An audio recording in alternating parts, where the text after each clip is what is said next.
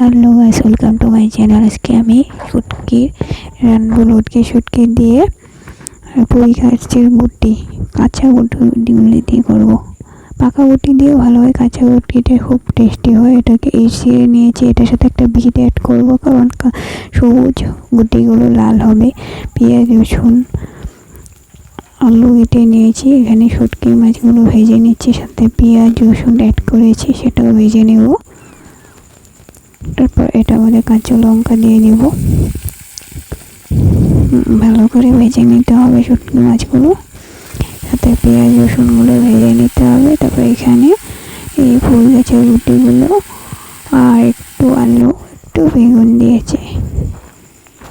তারপর এটা দিয়ে নাড়াচাড়া করে লাস্ট এখানে কাঁচা লঙ্কা বাটা দিতে হবে, কিচ্ছু লাগবে না। এটা দিয়ে নাড়াচাড়া করে নামিয়ে নেব।